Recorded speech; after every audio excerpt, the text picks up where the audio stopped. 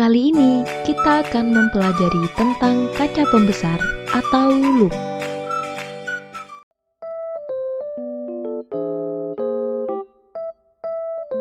Pernahkah kalian menonton film Upin Ipin episode detektif? Dalam melakukan penyelidikan, mereka menggunakan alat optik untuk membantu penyelidikan mereka. Dengan menggunakan alat optik tersebut, benda-benda yang diamati akan terlihat lebih besar dari ukuran aslinya. Alat optik apakah itu?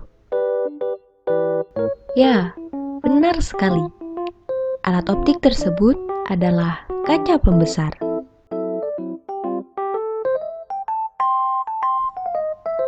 Si Bilu dan si Mela juga menggunakan kaca pembesar untuk melihat benda-benda di sekitar. Dengan menggunakan kaca pembesar, benda yang kita amati akan terlihat lebih besar dari ukuran aslinya. Mengapa bisa demikian ya? Yuk kita pelajari bersama. Loop atau kaca pembesar merupakan alat optik yang terdiri dari sebuah lensa cembung yang digunakan untuk memperbesar sudut penglihatan. Loop ini digunakan untuk melihat benda-benda kecil agar tampak lebih besar dan lebih jelas. Untuk melakukan pengamatan dengan menggunakan loop dapat dilakukan dengan dua pengamatan, yaitu dengan mata berakomodasi dan dengan tidak berakomodasi.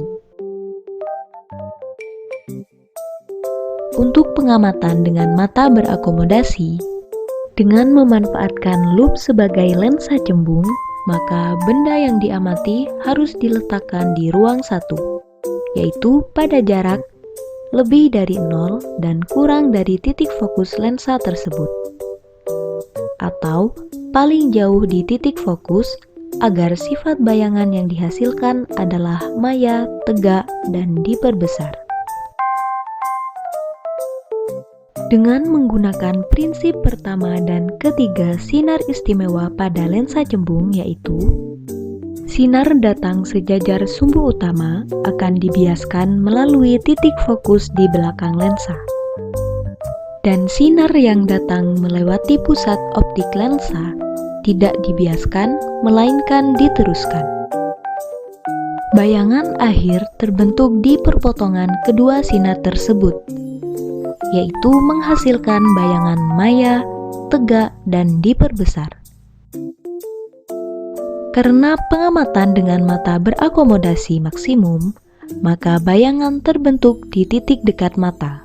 Tanda minus menandakan bahwa bayangan yang terbentuk adalah bayangan maya. Perbesaran sudut penglihatan pada loop disebut dengan perbesaran anguler, yaitu perbandingan sudut penglihatan menggunakan loop atau beta dengan sudut penglihatan tanpa menggunakan loop atau alfa. Sehingga perbesaran anguler pada pengamatan loop dengan mata berakomodasi dapat dirumuskan dengan MA sama dengan tan beta dibagi dengan tan alfa. Tan beta sama dengan H per S, dan tan alfa sama dengan H per Sn, sehingga menghasilkan persamaan akhir untuk perbesaran anguler sebesar MA sama dengan Sn per S. Dengan Sn adalah jarak baca normal, dan S adalah jarak benda. Kemudian, kita mencari nilai S dengan menggunakan persamaan lensa cembung. Sehingga besar perbesaran untuk pengamatan dengan mata berakomodasi dapat kita tuliskan sebagai MA sama dengan Sn per F ditambah 1. Untuk pengamatan dengan mata tidak berakomodasi, benda harus diletakkan tepat di titik fokus lensa, agar sifat bayangan yang dihasilkan adalah maya, tegak, dan diperbesar. Dengan menggunakan prinsip pertama dan ketiga sinar istimewa pada lensa cembung, yaitu sinar datang sejajar sumbu utama akan dibiaskan melalui titik fokus di belakang lensa, dan sinar yang datang melewati pusat optik lensa tidak dibiaskan melainkan diteruskan.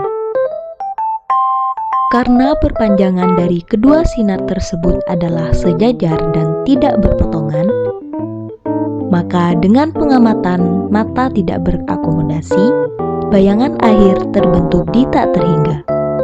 Tanda minus menandakan bahwa bayangan maya. Bayangan akhir yang dihasilkan adalah maya, tegak, dan diperbesar.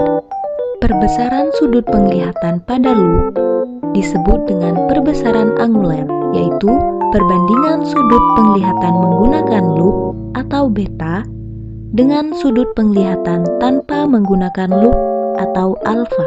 Sehingga perbesaran anguler pada pengamatan loop dengan mata berakomodasi dapat dirumuskan dengan MA sama dengan tan beta dibagi dengan tan alfa.